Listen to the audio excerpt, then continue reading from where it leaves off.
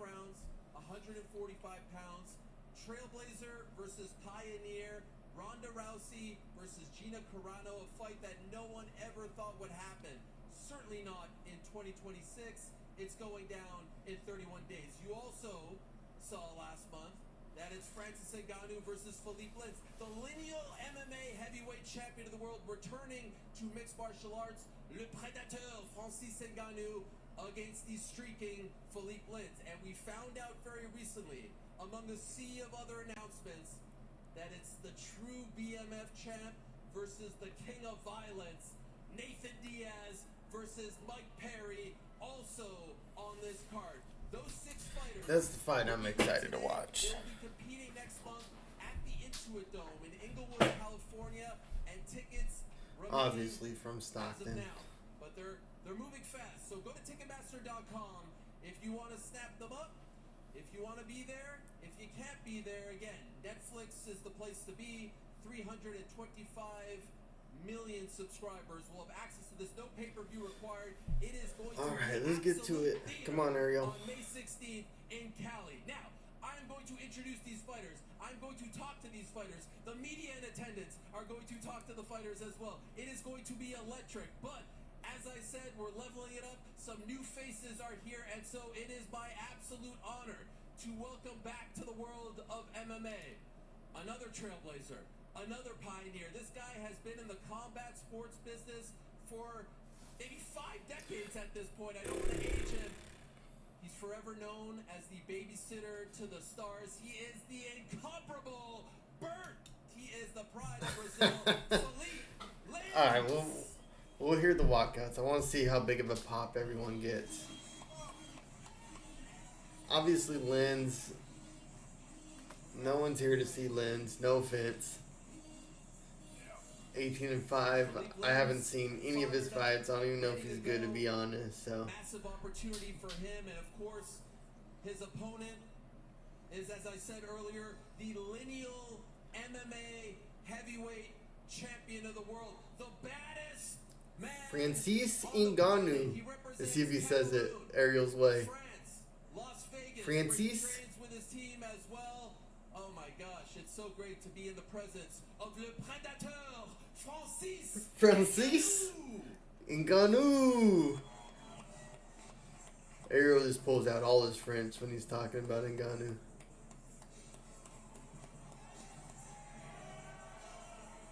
Francis.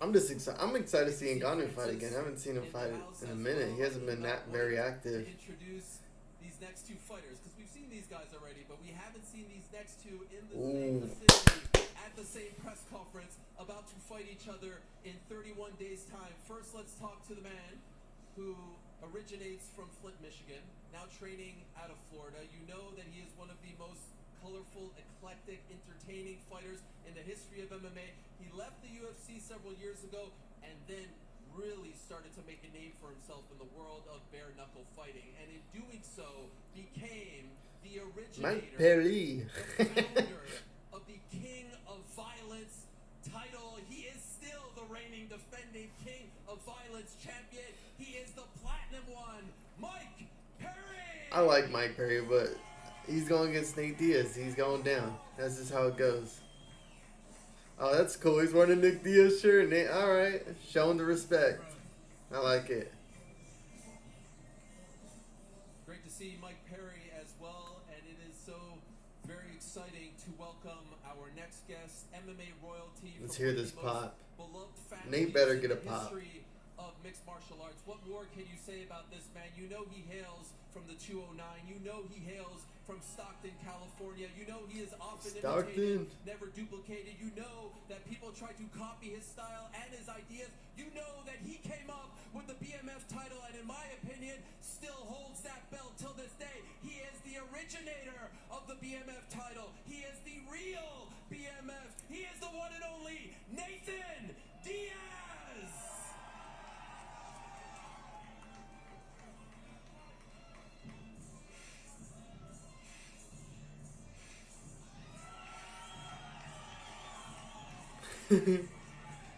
Heck yeah.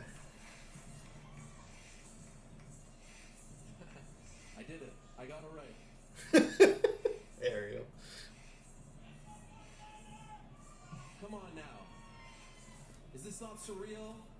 Do you not have goosebumps up and down your spine? Look at these guys. And now let's talk to the headliners. Now let's say hello to the two ladies who will be making history again. They know a thing or two about making history. They use an old picture of Gina. No offense, she's still beautiful, but... 2007, first female fight on premium cable. Then in 2009, part of the first women's main event for a major MMA organization. Then went and conquered Hollywood, did her thing there. But now, when we least expected it, is coming back to MMA to headline the very first card on Netflix. Again, the words pioneer and trailblazer and all those things, hero, all those things get thrown around. They apply to the one they call conviction. Please give a warm New York City welcome to the one and only Gina Carano. Gina. I would love to see Gina win this fight. I just don't like Ronda's just personality, to be honest. Love Gina. Was watching her in high school when she was kicking ass in Strikeforce. Only one loss to Cyborg, who's, you know, pretty much hopped up on TRT, so don't count in my opinion. But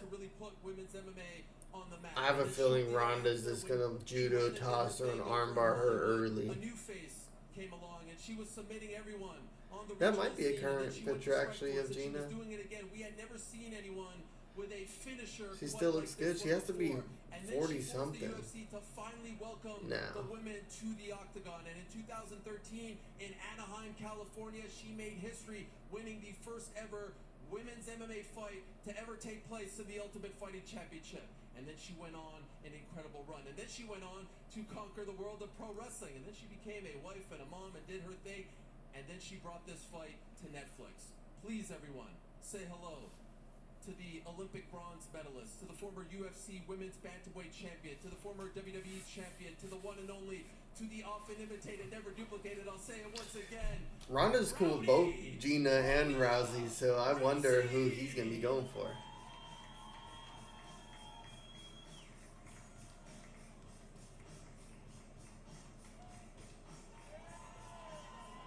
Yeah, see?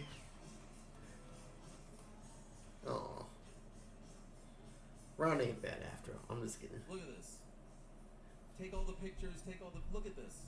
Look at these faces, look at these names. This is a massive, massive deal on a massive platform, historic stuff. And as a lot of you know in attendance, this card, top to bottom, is extremely... Lynn's is like, no one freaking knows me. I don't know if that's true. I just don't know much of Felipe Lynn's. How has it been being a part of this promotion, sort of leading the charge and getting everyone to know about what you want to say and what you're doing for May 16th? Well, it's actually been really fun coming back and realizing how much I love it. You know, press always seemed like such a chore before. And coming back to last press conference, I was like, you know what? I'm really fucking good at this. This is really fun. And this is a really special event. This is something that's going to happen once in a lifetime in MMA. This is the beginning of something huge. And I'm just so grateful to everybody that's on the stage today that's willing to be a part of it. Did you realize how much you missed this? Being in front of the public, talking about fighting, training, the whole thing. Everything that goes into preparing for a real fight. Did you realize how much you missed this? No, I didn't realize it at all until I was on stage telling people to go fuck themselves. I was like, man, I miss doing this. I've been watching a lot of Miss Rachel. I thought you were going to say you didn't realize how much you missed talking to me as well, but we're working towards that. Gina, it's great to see you again. It really is. Ariel just always trying to like get the personal. Like if he has beef with someone, he's gonna call it out. He likes to mend the bridges or whatever the saying is. I think Gina had some beef with Ariel too. Who doesn't? I feel like I get to do this again, but like the right way, with the right vibe, with an incredible opponent, groundbreaking, and I feel real peace and excitement about it. So it's not anxiety, it's like excitement, and they have similar builds too. Is there any sort of Okay, so you talk about the word anxiety. Is there any sort of like nerves? Because it's almost like you're starting your career all over again. It has been a while since you rode that bike. Do you feel like a debutante all over again, a rookie, or do you feel like someone who's just kind of getting back on the horse, so to speak? No, I feel like I kind of feel like I snap back into it, and I keep on snapping back into where I was when I was fighting originally. So I feel like it wasn't too long ago in a weird way. I don't know if anybody else feels that way. Like, Amazing. I feel like I just fought in a way. It was just yesterday. Just Yes. yeah, just A yesterday. New York It was a City. minute ago. Nathan, So long. Good to see you, my man. Good to talk to you. New. You represent the West Coast, but you get a lot of love on the East Coast too. He's like, I'm sending a text message. Are you streaming this? Well, I am now, yeah. Okay, all right. You can tell people where to watch it as well. They're watching it on YouTube. Why did you make the decision to sign up for this card, to be a part of this, and to fight this man? I thought it was a big opportunity and good thing. Netflix's first MMA card, and it, to be alongside these guys right here, the best of the best, especially the best of the free. We out here. Okay, Nate. Iced out. Opponents, Carano, legend, Rousey, Francis, and then some really good fighters. It's honored to be a card. I'm glad I'm here. Wow, Nate's always a poet. that's very kind of you. I don't know if you heard that, Nate, but a nice compliment from the That's crowd. weird. That's weird. Nate, how do you feel about Mike Perry as What an did opponent? he do to you? Nate, how do you feel about Mike Perry as an opponent? His skills, the challenges that he brings to the table. I know you guys have respect for each other. We saw you at a DBX event talking to each other. It seemed like everything was good. How do you feel about what he brings to the table as a fighter? Yeah, I got a big task on my hands. He's been doing great outside, and he's doing the biggest and the best things out here, and he's whooped the most asses. And I got a worthy opponent and big task at hand. I'm get ready for war. I like it. Mike, good to see you again. I Show saw him you 3 respect. hours I'm not ago. mad at it. When I saw you 3 hours ago, you were not wearing that T-shirt, and so my eyesight isn't great. But I think that's Nick and Nate, right? Yeah, man, it's them. You know, a lot of young guys grew up watching UFC, seeing this guy, Ultimate Fighter, and now the chance to fight him after everything I've proven, the king of violence, the bare knuckle fighting, the true pain games. Like, I'm here for the blood sport, and you know, it's tough with Rhonda and Gina being so professional, and then Nate doing it too, and then you know, we gotta talk some shit. Yeah, I was kind of about to say that. Be fucking bleeding all over the place. It was kind of getting boring. Than me. So that shirt is a sign of respect, right? Yeah, in a way, it's a sign of respect because so many of the fans appreciated that these guys showed a lot of us this way, and it's also, you know, kind of depending on how it goes, you know, I'm kind of aiming it back at them. How do you feel about that shirt, Nate?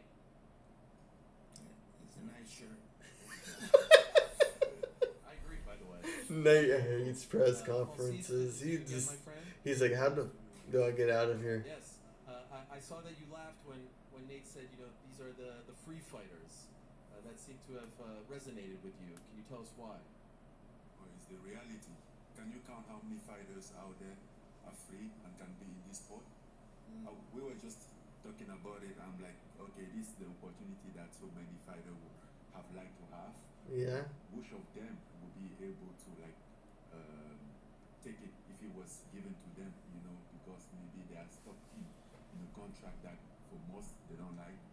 They are not fair treated. So just enjoy the ride, enjoy the position that we are at. Okay, so Francis Ngannou is saying something interesting there. Pretty much sending shots at the UFC because that bridge is burned. Francis is never going back to the UFC. But it's good that there's competition. He's showing, like, hey, maybe not sign a 4-fight contract or a 3-fight contract. Maybe these 1-fight deals are where you're at, and it frees you up to have opportunities outside the UFC. Because the UFC holds people hostage. I mean, Nate was held hostage. A lot of people were held hostage by their contract. Pierre just signed like a 5-fight contract or something like that. So he's retiring with the UFC most likely. Might even been more than that. But anyways, yeah, interesting from Francis Ngannou.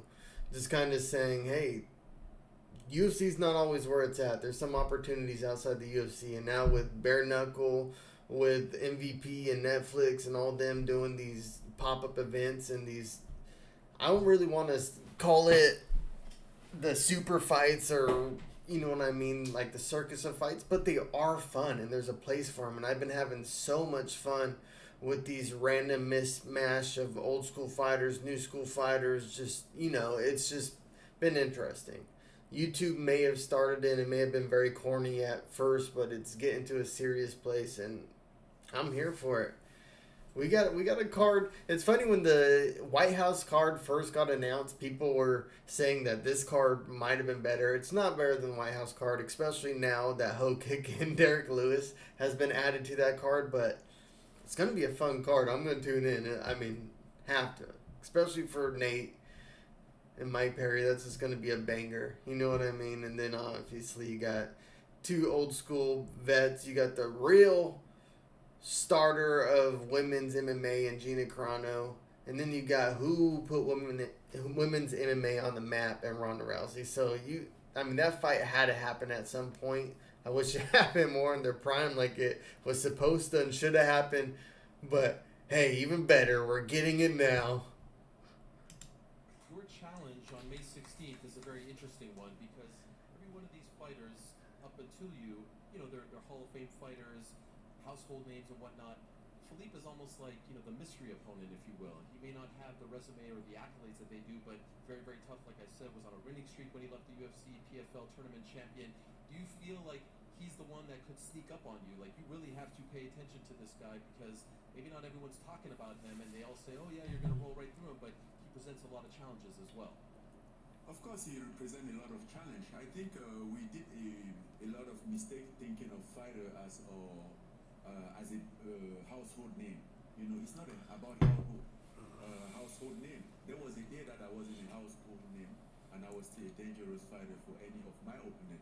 And then maybe they looked down to me because I wasn't a household name, and then the punishment for that didn't come straight away. So I don't want to do the same mistake. I know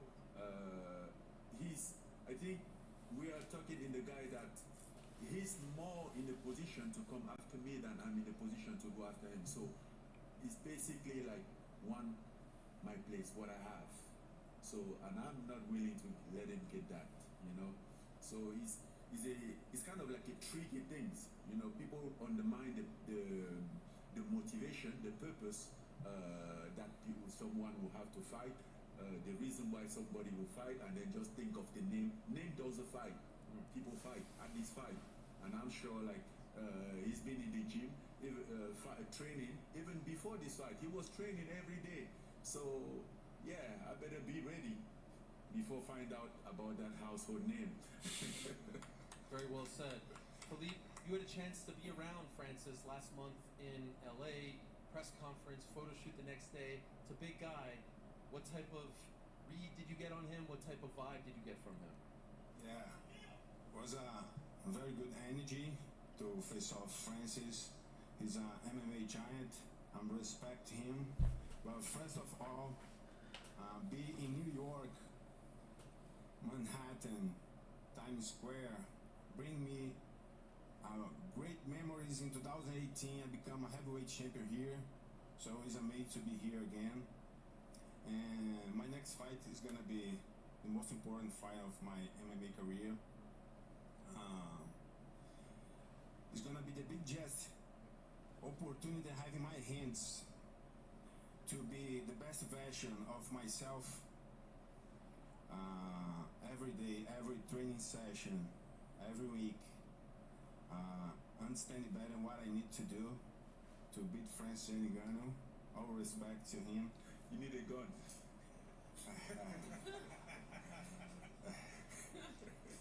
And I'm excited, bro. I can't wait to be there. May 16 live on Netflix. Do my job. Show my talent again for everybody and put in a show for everybody around the world. Yeah, this is a pretty boring press conference so far. The media involved Gotta as well. say. So there's a microphone right in the middle over here. You can line up, and I know you got questions for all 6 of these fighters. So please do line up. Let us know your name and where you are from as well. Mike Feldman, Daily Mail. Want to start with Nate and then go to Mike.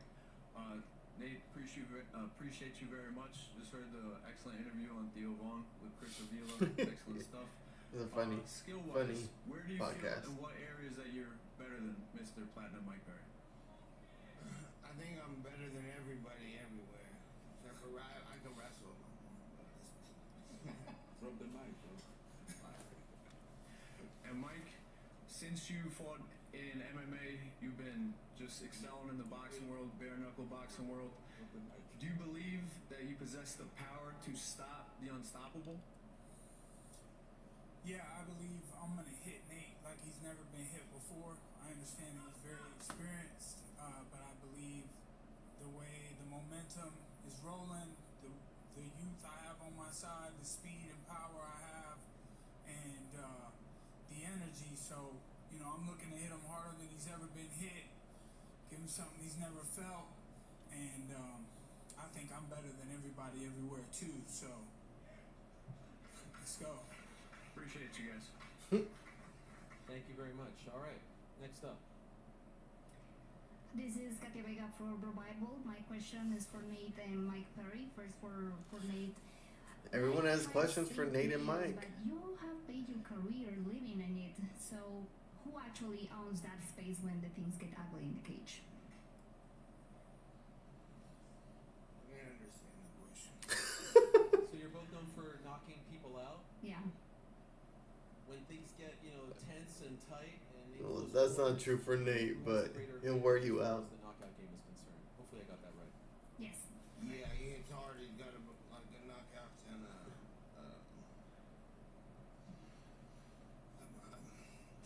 better kill me.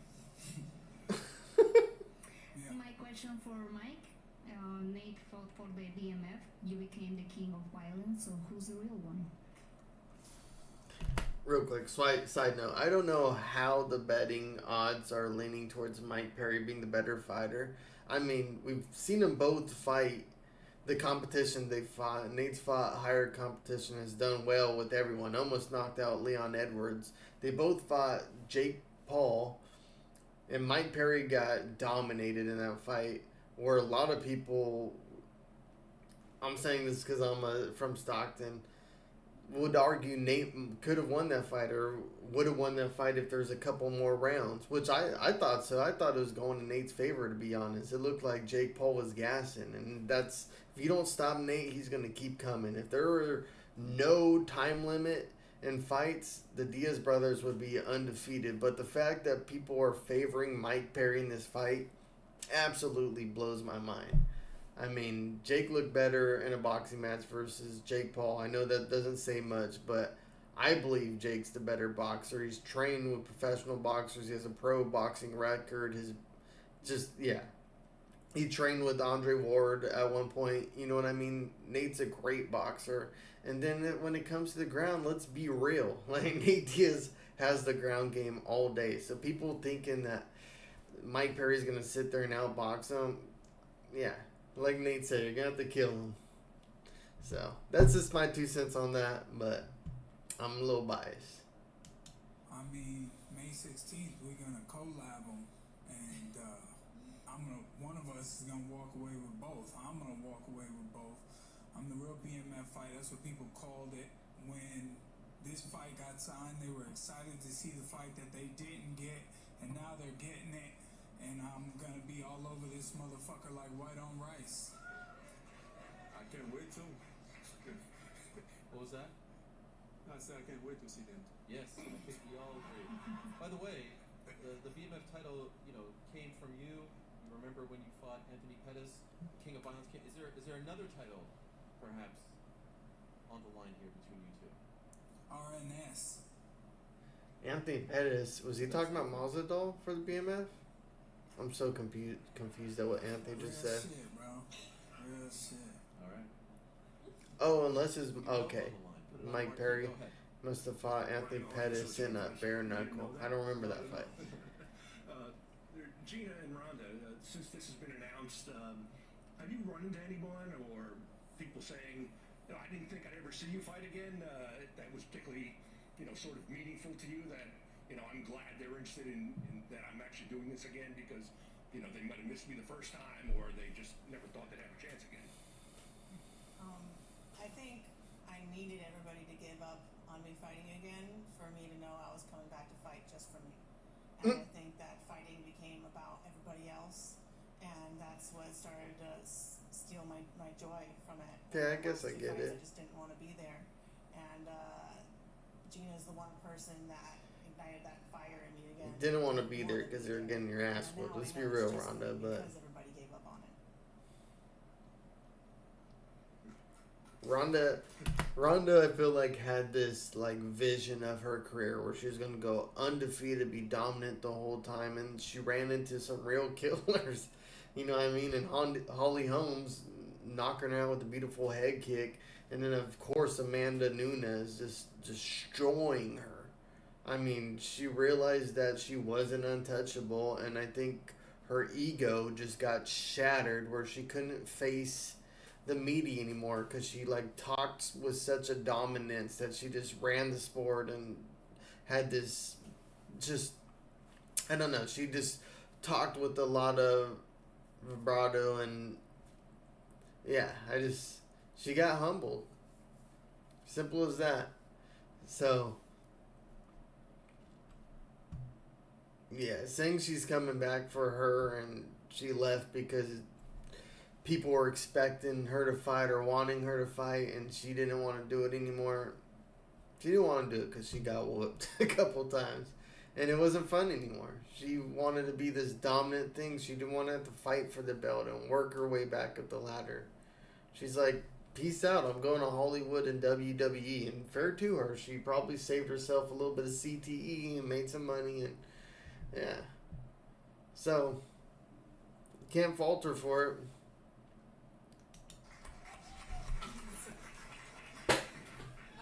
Can you repeat the question? Just have I was you, just listening. have you run into anyone who's kind of said, this is so cool, I didn't think I'd ever see you fight again, that was interesting to you? I mean, basically everyone. I think that just coming from the last couple years were a bit tough, and to have my family look at me and say, you look healthy again, and my mom was like, are you going to do this? And you have to make a decision, yes or no. If you do it, you do it 100%.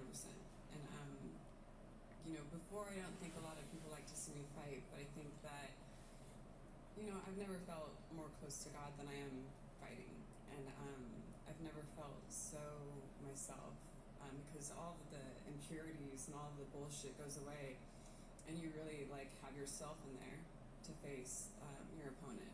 And so I missed this feeling, and I think the people that care about me know how precious this is to get back to myself after losing myself for so long. Okay, I did want to ask you, when the seeds I like Gina. for this fight started to get planted back in 2024, she's told that story, you have told it as well, and I hope you don't mind me saying this, Gina was in a much different health place, right? Say that. Are you impressed with how far she's come? She got a little Can I heavy. say how great she looks a month out? I mean, you look absolutely incredible, and I'm trying to make it not look like I'm checking you out. I'm sorry, I swear. They just get in the ring and scissor. But I think. What's this judo move? Why is it lasting so long? I was 9 months pregnant and about to burst, and I think I said before, you lose your bodily identity at certain points in your life, and I saw that we were in a similar spot to be able to. I just wasn't pregnant. I was a heavyweight. We were going through it, and I had a friend of mine tell me, I think a mutual friend now, that he asked me, what's the best way to train for a marathon? He said, that's to sign up for a marathon. Amen. Yeah, and so I think we both needed this. We needed this goal, and I think it's the exact perfect time that needed to happen. I'm glad it didn't work out before, because before it would have just been something to us, but now this means something to the entire industry. And I wouldn't have pushed myself to the place I'm at right now without having said yes to this fight. And so the depths in my soul and my body, I mean, I wouldn't have pushed it this hard unless I had this insane opponent gunning for me. And so your Instagram videos really are inspiring. I'm like, I'm purposely not putting anything out there because I want to get you anything to look at. I'm trying to flood the zone so you know what to prepare for. But you're welcome, everybody. She looks that hot because of me, so. He might as well just make out. What's going on here? Everyone's just being so nice to each other, which is good. It's fine. Just makes for a boring press conference. Congratulations to everyone up here. Ariel, congrats for being unblocked. That's great, man. Thank you. Question for Ronda Rousey. Ronda, you're obviously, you and Gina are such pioneers in the sport, and this huge platform now on Netflix. Before this, we had the press conference for Alicia Baumgartner versus Bomi Ray Shin. They're going to be headlining on ESPN for the launch of MVPW. So I'm just curious, your thoughts of women's fighting, where it is now, and how much more is there to evolve in women's fighting, and your thoughts overall? Well, I think it's getting to a point where it's not it's not a novelty to have women headlining events becoming commonplace, and hopefully it's so common that it doesn't even deserve a mention. And I think the ultimate goal is for women to have the same views and bring in the same revenue as the men, and to be able to be compensated the same as them as well. Thank you. I think it is like that, but I may be wrong. I feel like the women get paid the same as men if they're at the same entertainment level. A draw, I guess you could say. With Tyson Fury, and if so, how do you feel like the rematch would play out? Well, I've been hoping for that rematch for a long time. It's not happening, and if ever it's happened, I'll be ready. That's all what I can say. Thank you. You're welcome. Go ahead, sir. Marcos Paz, AB Boxing News. My first question is for Nate Diaz. Nate, Mike's made it very clear that it's going to be a bloodbath type of fight. Can you talk to us and explain why he's the perfect dance partner, if at all, for that type of fight? That's the first question. And then my second question is going to be for Ronda and for Gina. Yeah, I think he called for a good fight. He's a real fighter. He comes aggressive. He tries to finish, tries to take people out, and I do the same. I think that's what you get with that fight. Yeah, it's pretty straightforward, huh? Second question. This is for Ronda and for Gina as well. You both have stated that this time around you guys are doing it for yourselves. It seems like a story of redemption. If Ronda could go first. And the second question, the second part of the question is, what does fighting on MVP and Netflix do for both of your careers in comparison to the past experiences you guys have had in your careers? I think that that fighting for MVP and on Netflix, it makes this fight bigger than us, and it's a game changer for the entire industry. And I think that everything's going to be different for all of the fighters after this. This is an experiment that Netflix is undertaking, and I think that we're going to outperform every single expectation on this card, and I think that UFC is going to have somebody have to bid against in the future, and the fighters are actually going to have some bargaining power, and this is part of I hope so. us taking our power back. Yep. I like it. And the second part is the same thing for Gina as well. Just repeat it for me. Oh, okay, yeah. It's a story of redemption, so to speak, as you guys are saying you guys are doing it for yourselves now, not for everybody else. And the second part of the question was, what does fighting on MVP and Netflix do for your careers in comparison to the past? I mean, as far as redemption, sitting up here with, I mean, I became more of a fan of fighters than I became after I gave up fighting. Like 5 years ago, I was like, okay, I'll probably never fight again. And so I got really into, watching the fights and getting all giddy and like getting actually nervous around fighters more than like actors I've been across. And so I became a genuine fan. So for me to be able to sit up here with, these incredible fighters is huge. But also to face that in myself and kind of round out my story in MMA as well. A lot of people only know me as an actor, and then they find out I'm a fighter, and Ronda's been so gracious to reintroduce me to the world, and people are like looking at my fights now like, oh, she fought. So it's really cool to have that recognized. So that's very cool, and I think that you're going to see the best of me. I really feel you're going to see the best version of me. Thank you. Two quick follow-ups, if I could. You were asked about the women's boxing event happening on Friday. To his credit, every time I heard Nikki Subbanarian talk about that, he would always give credit to you, long before any of this was ever in the works. And I know you guys worked together back in the old UFC days. Did you notice that, and is that part of the reason why you felt like this was the right move for you to team up with him and Jake Paul?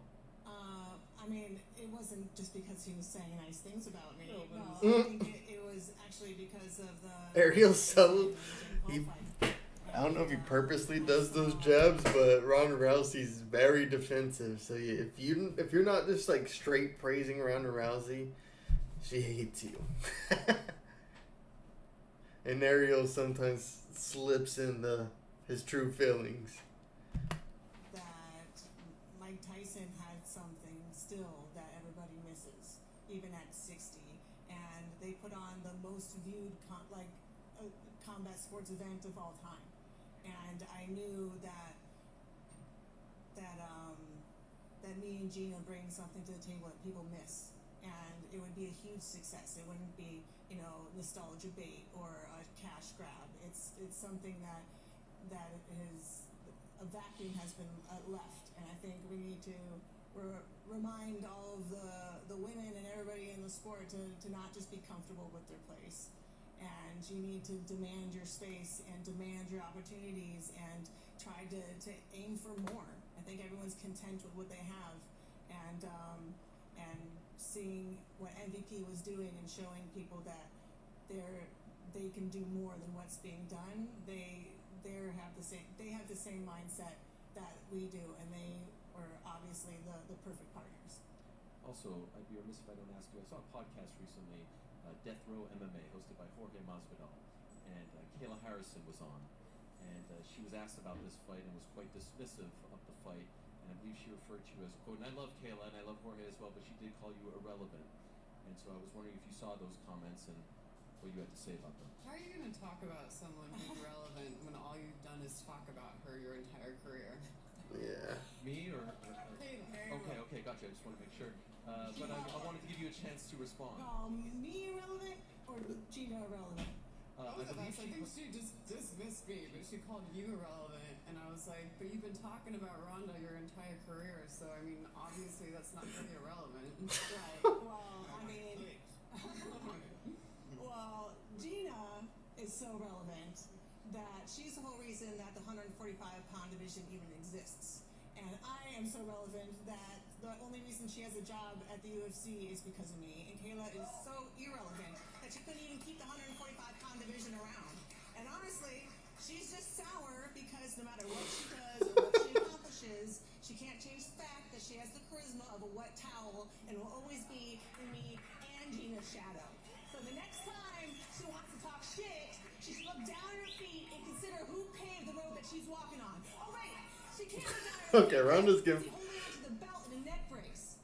And then she goes on and says that I lied about training in judo in Canada in like 2006. Like, what the fuck are you to call me a liar, okay? I was training there for 5 months. Bitch, you weren't even there, okay? Over the last decade and a half of being a public figure, I've cultivated a fool. This bitch just got here and was already caught in the lie.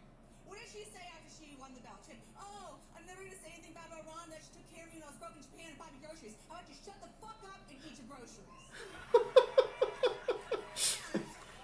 Her and Hunter trying to act like her next upcoming fight is the biggest women's fight of all time. Then why is it being booked as a co-main for a men's interim title fight? Okay? The bitch isn't even bigger than Patty the Baddie. No offense to Patty. I think he's got more potential than anybody in the UFC, and he should call me when his contract runs out. Oh. But here's another contradiction that I think is a fucking kicker, is if she thinks that her fight is the biggest women's fight of all time, why is she getting paid less now than I was 10 years ago? So riddle me this, bitch. Are you overvalued or are you underpaid? And what really pisses me off more than anything else, yeah, I'm not fucking done, is how small she thinks.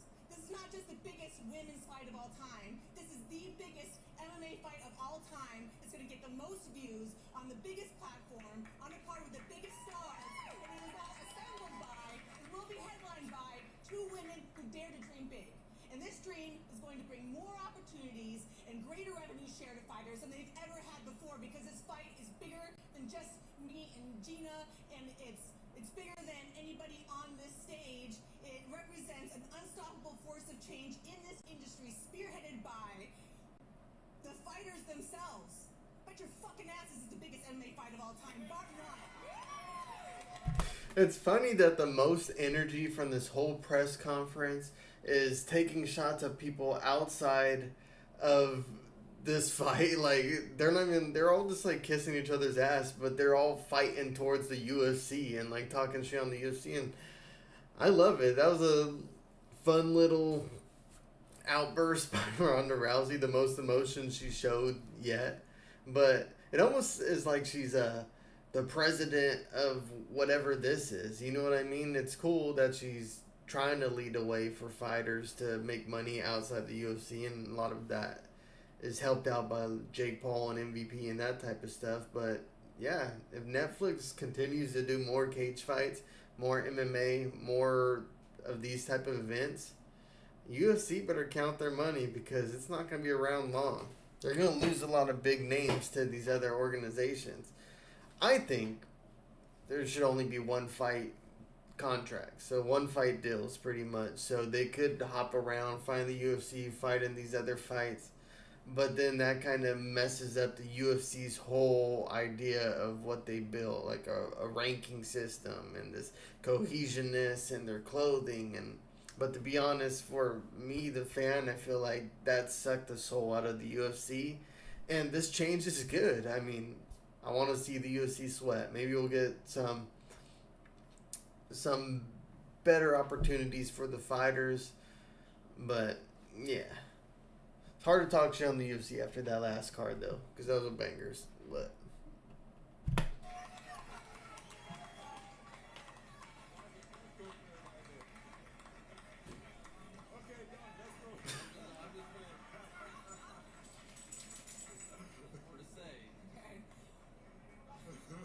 Holy smokes. You're welcome if I started this. Wow. Welcome. No, you weren't. I would say, they say this at pro wrestling events, you still got it. I think that's a you still got it moment. You still got it, Rhonda. I did learn something about pro wrestling.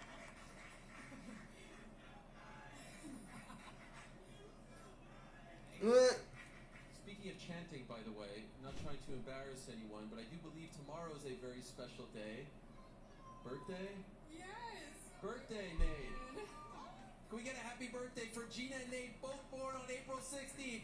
Oh, that's cool. Birthday to you. Happy birthday. they're singing it. Nate's so uncomfortable right now. Show Nate's face. Come on, camera. Look. Oh my God. Birthday to you. Yeah. I won't say your ages. 24? I won't say your ages. Much love, much love. That came from a place How of old are love. you now, Nate? 42? 41. Happy birthday, Gina.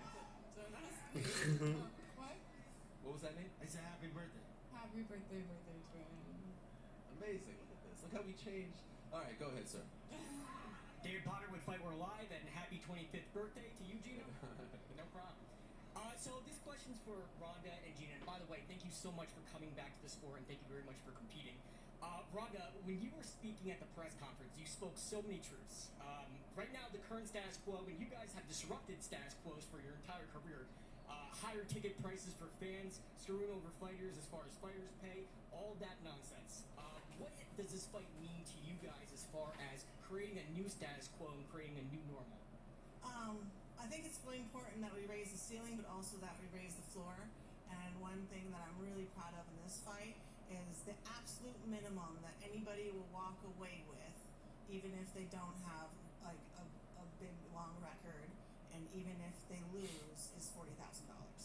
And if you fight 3 times in a year, that is much more than a living wage, and that is something that the UFC cannot say. And I hope that everybody sitting here today is getting the biggest payday of their career. And well, maybe not for you. Maybe you've done better before. But in MMA, hopefully not against Conor McGregor.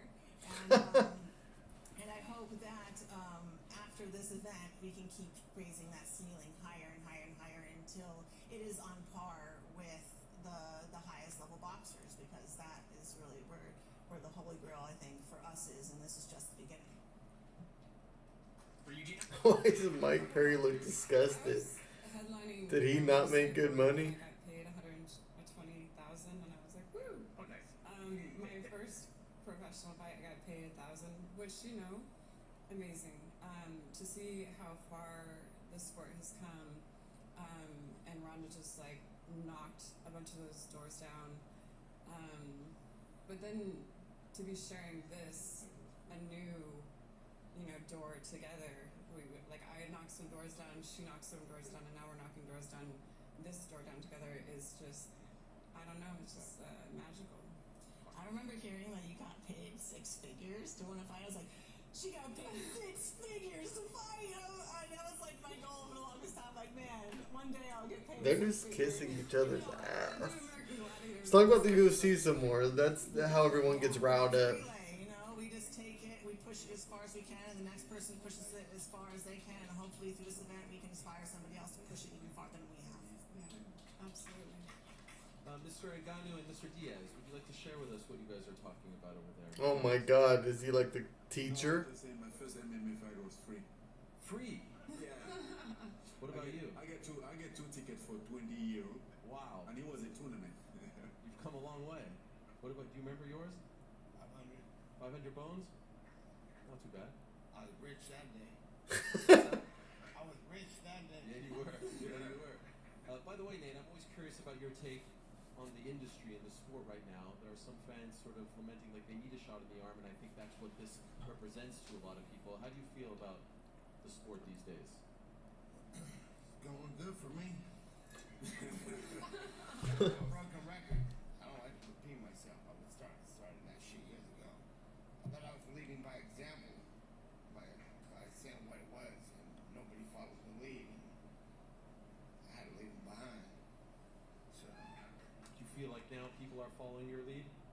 No, they're doing what everybody's doing up here, but you know what I'm saying? Everyone wants to fucking be like, we need a union and all this fucking funny shit. Like, what was the union when I was fuck youing back in the day? I was getting raises with those fuck yous, so. No more fuck yous might get you paid. Thank you for that. One more media question here, sir. Talk about that shit, you gotta film it.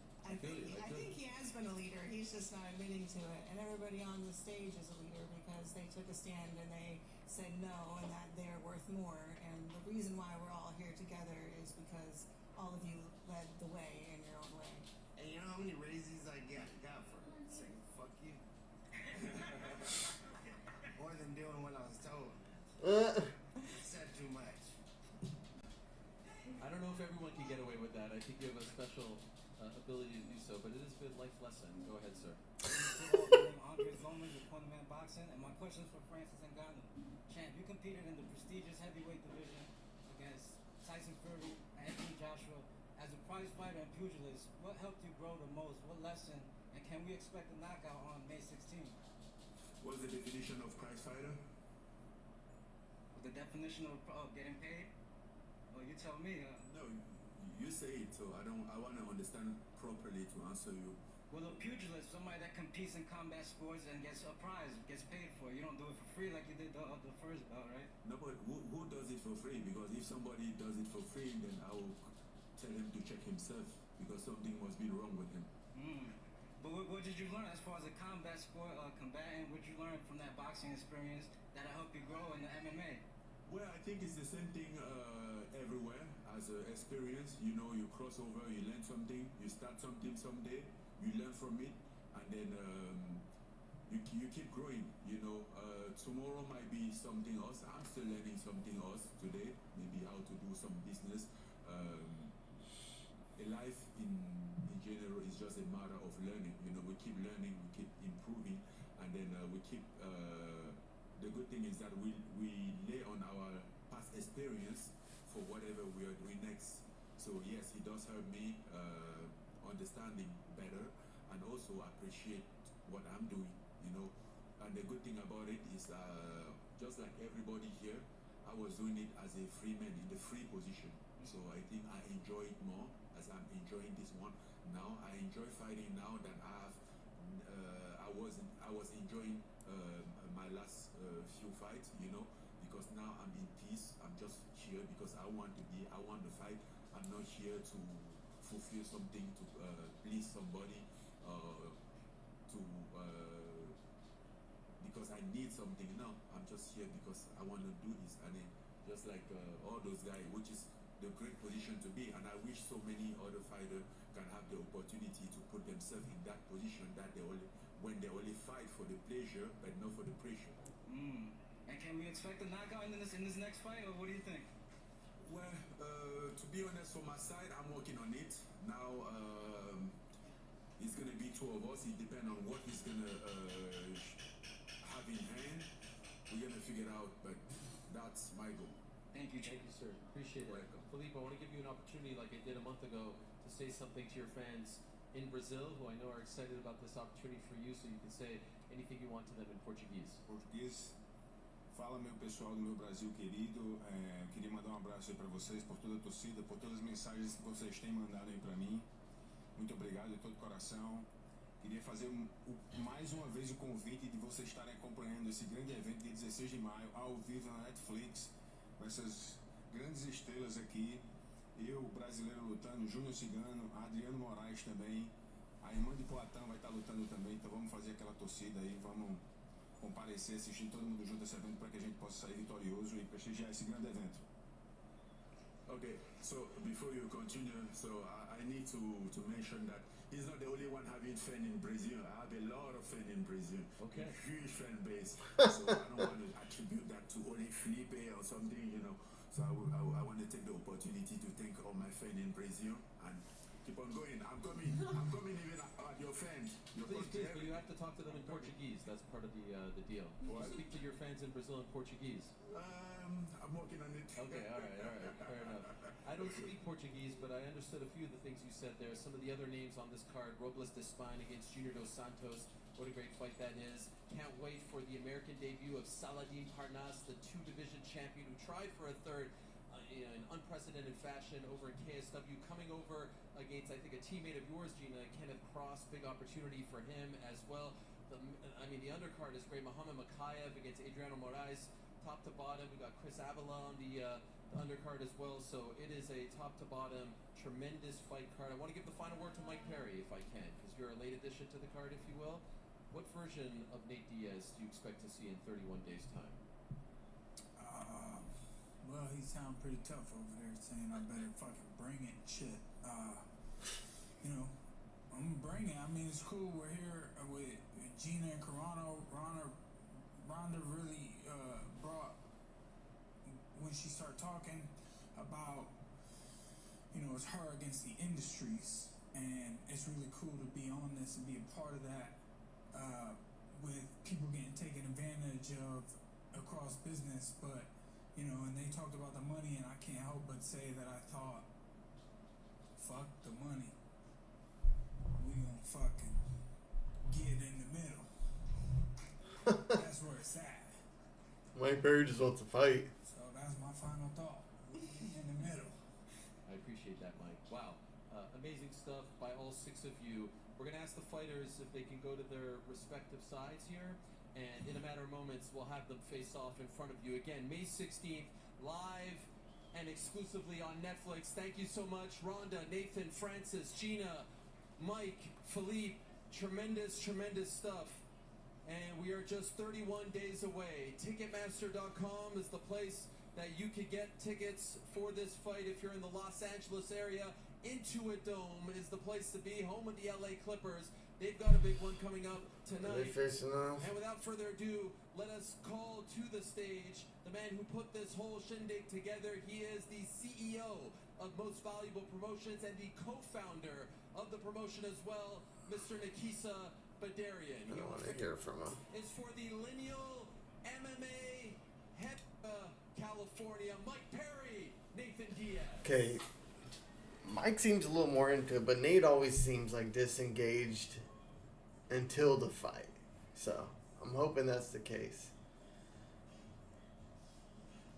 Nate took off already. He went to go smoke a joint. Nate Diaz had to go to the bathroom. So we will... This is so funny. That's like on par for Nate. Because I think the fans are owed that face-off. And so, Mike, I apologize for that.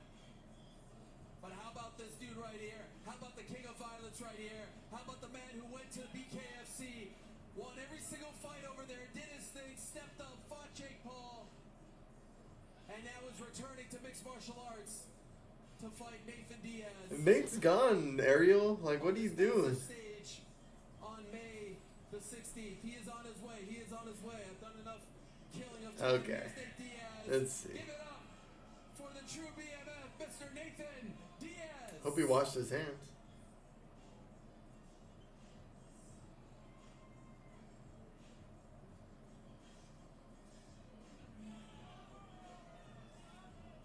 Nate Diaz, Mike Perry, who'd have thunk it? 2026, May 16th, Intuit Dome. Are you kidding me? An incredible fight between two OGs who are allergic to boring fights. You've heard enough of me. Let me ask the pioneer, the man, the babysitter to the stars, Mr. Burt Watson, to call out the main event fighters right here. Nate's like, what's up? You want to talk to me? Oh, you know we got this going, baby. Now it's time for the best in the world. It don't get no bigger than this. Guess what, ladies and gentlemen? They're just going to hug and kiss.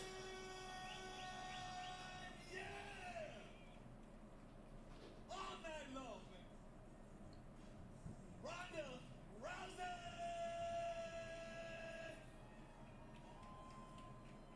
And Gina Carano! Yeah!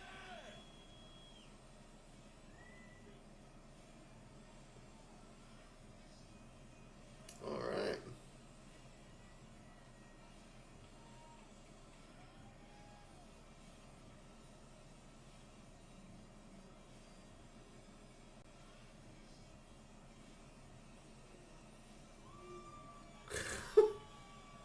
Ronzo wants to be a girl boss so bad. Carano, May 16th, will bring out all the fighters one last time, live and exclusively on Netflix, the biggest streaming platform. Nate's like, let me go home. Look at Historic mixed martial arts event, the very first in the history of Netflix. And it's not just these 6, but this would be enough. A tremendous main card, a stacked and deep undercard as well. Elite Pereira, the sister of Alex Pereira, on it as well. A who's who. Oh, that's cool. If you are a hardcore MMA fan, a casual, a lax fan, you know every single one of these and the entire card top to bottom. May 16th, live on Netflix. Get your tickets now. Intuit Dome, Ticketmaster.com. Thank you so very much. Good night from New York.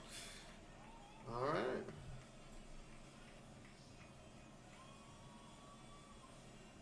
Nate's like, I'm chilling up here. You're just going to call me back out in 2 minutes.